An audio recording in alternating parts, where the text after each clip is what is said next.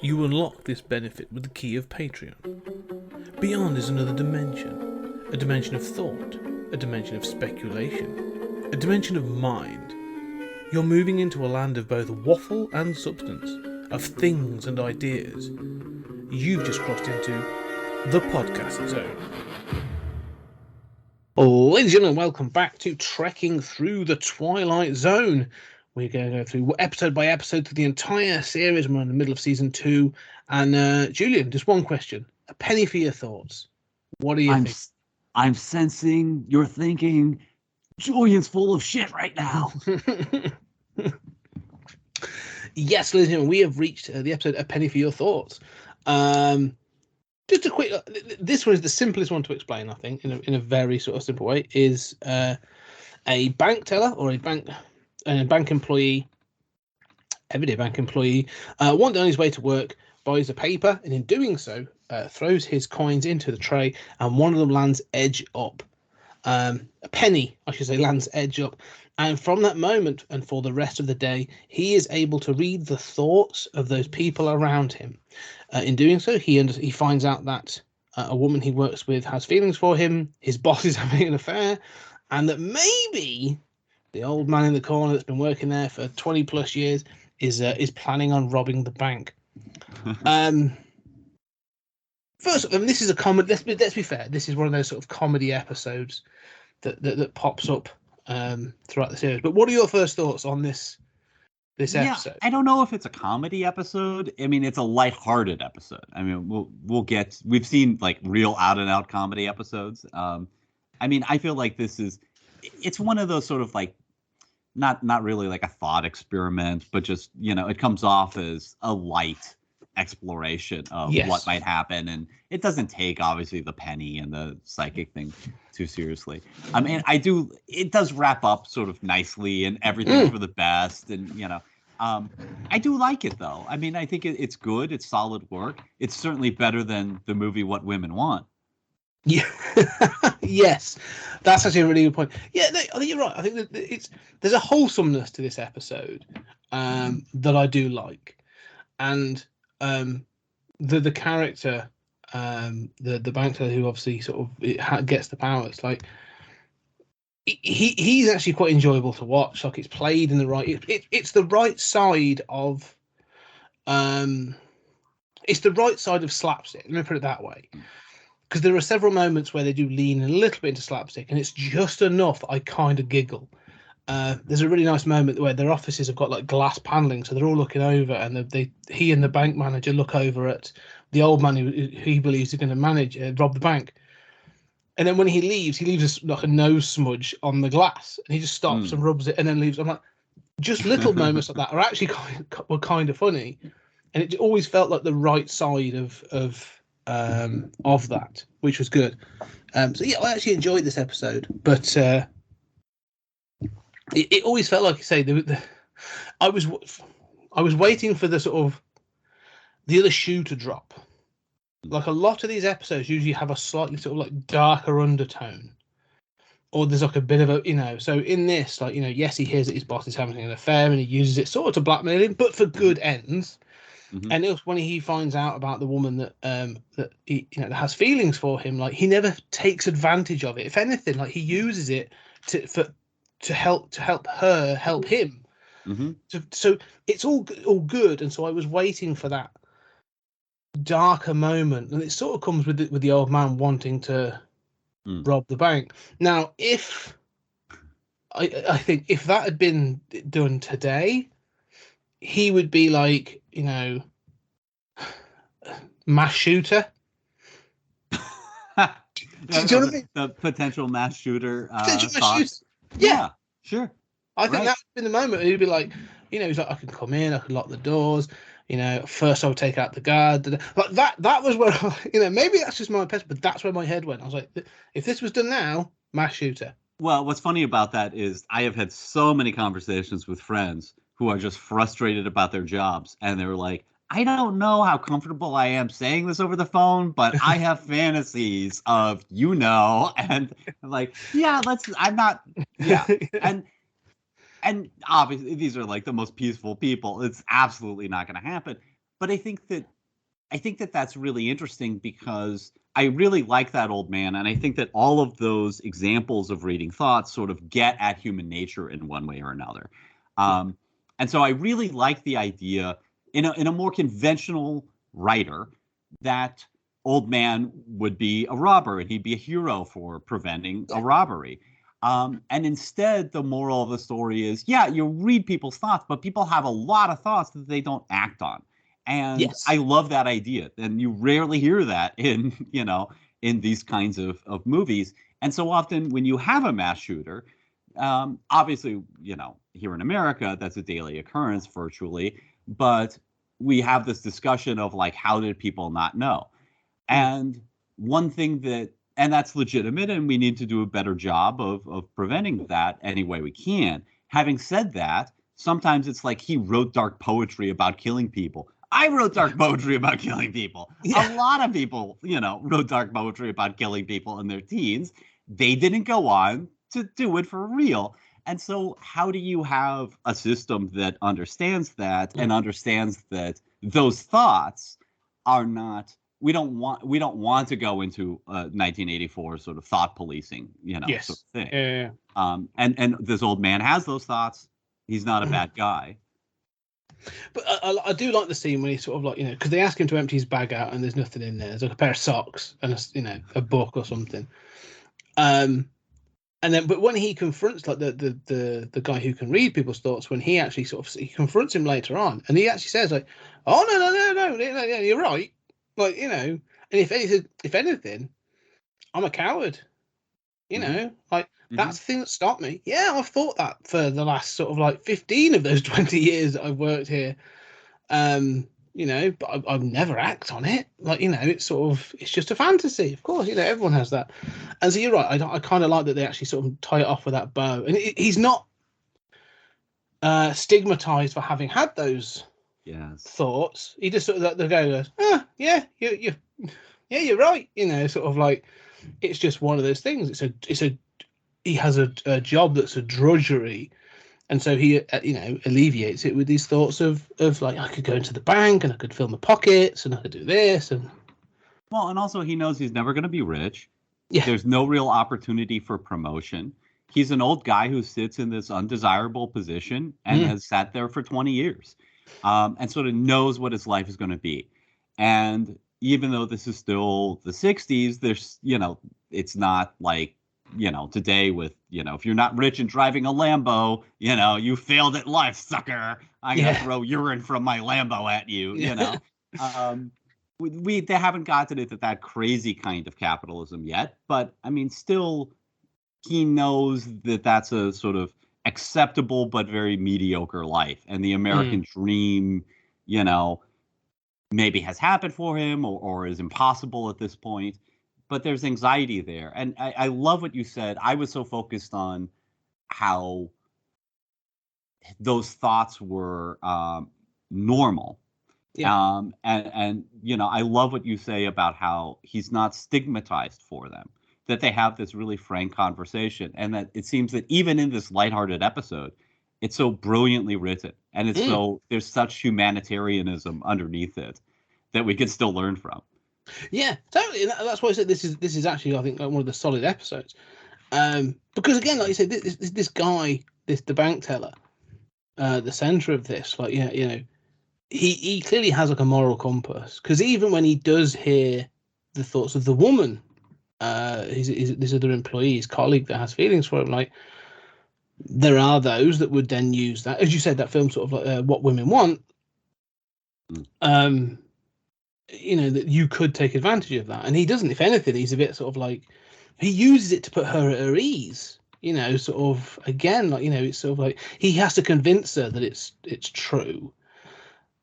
But there would be people that are like, that's an invasion, like it's an invasion of our privacy and our private thoughts. But he never intends it for that to be the purpose. So like. There's a version of this story, and I actually think we're going to get to a version of that soon enough, of being given a gift and then just taking advantage of it. And this is not that. Like it's sort of like it's constantly that thing of well, I now have this information. What do I do with it? Yeah, and it is a sort of moral universe, right? I mean, it's nice, I mean, we've talked about this, in the season 1 with Willowsby and other stuff. There is this nice, very kind of American Midwestern, old school Superman-esque, like, most people are good people. And I don't know if that's really true, but I mean, I love that in Twilight Zone, you see the pettiness of people. I mean, you see the car that almost hits him, and the guy says, "Gee, sorry, mister," but his thoughts are like, "You stupid fool! Why you're delaying my day?" And so you see the petty dishonesty of people, but you also see the genuine goodness of people. And I love what you say about how he doesn't take advantage of Helen.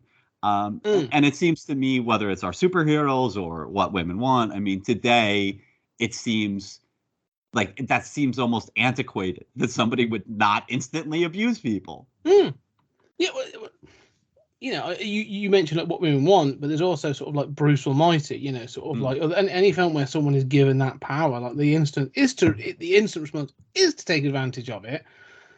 And again, but that's human nature. I can't say I wouldn't. I'm not saying I'm morally perfect.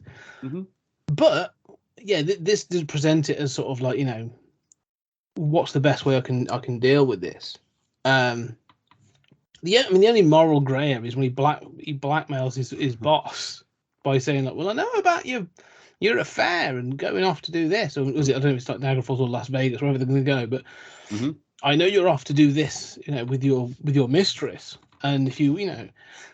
However, it tells me what a different age this is at the start when you see the bank teller having a conversation with his mistress, and he's like, "Well, I can't leave my wife." Can you imagine the headlines? Senior bank official leaves wife for dancer, and I'm like, who gives a monkeys about some sort of like bank manager? Like, it's different times. Must have been, Yeah, I still am a little dubious that would, make the headlines. I mean, obviously, this is a relatively small town. If it was a small town, maybe.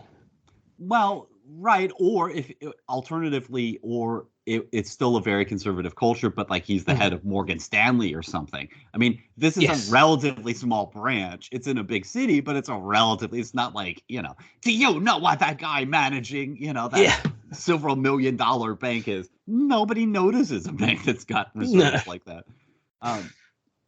But this thing about the moral aspect, I mean, I also want to bring in the thing with Helen. And there is a kind of, while I praise this episode and you praise this episode, there is this kind of sexism there of how Helen is so sweet and he doesn't take advantage of her, but she is presented as just the love interest, and she is quite content to help him and help him achieve, not be fired. She's very focused on helping his dreams.